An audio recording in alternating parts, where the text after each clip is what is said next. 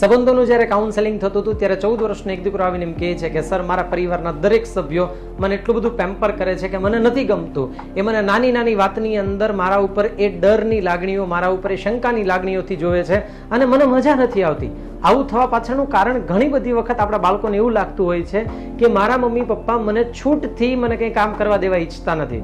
પરંતુ ખરા અર્થમાં એવું નથી હોતું. ક્યાંક ને ક્યાંક અહીંયા પેરેન્ટિંગને પણ જોવું ખાસ જરૂરી હોય છે. કેમ કે ઘણી બધી વખત એવું મને લાગે છે કે મારા ભૂતકાળમાં બનેલી ઘટનાઓના આધારે હું મારા બાળકો કે મારા પરિવાર કે મારા વડીલોને જોવાનો દ્રષ્ટિકોણથી હું જોતો હોઉં છું.